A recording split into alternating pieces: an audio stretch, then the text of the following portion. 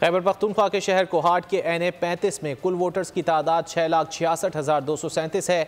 माजी के हुक्मरानों से नाला अवाम का कहना है कि हुक्मरान वजारतों में आकर इस्लामाबाद में बैठ जाते हैं और अवाम की खिदमत करना भूल जाते हैं। मजीद तफसीलात जान लेते नुमाइंदा बोल न्यूज़ असद नौशाद से। जी हाँ, बिल्कुल कोहाट में भी 8 फरवरी 2024 को इलेक्शन जो होने वाले हैं उनके लिए गहमी शुरू हो चुकी है। और मैं आपको बताता चलूँ कि कोहाट की टोटल 4 तहसीलें हैं, जिनमें तहसील गुम्बट, तहसील लाची, तहसील दरिया दमखेल और सिटी कोहाट शामिल है।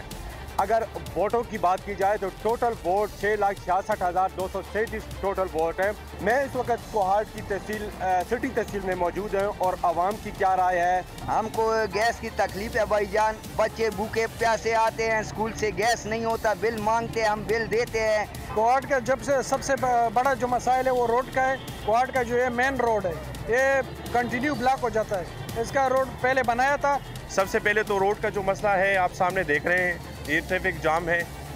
अगर कोई पूछ ले कि यहाँ पे मसाइल क्या हैं, तो मेरे ख्याल में उस बंदे का कोई कोहाट से वास्ता नहीं होगा कि वो हमसे पूछेंगे कि कोहाट के मसाइल क्या है। कोहाट पूरा मसला ही मसला है।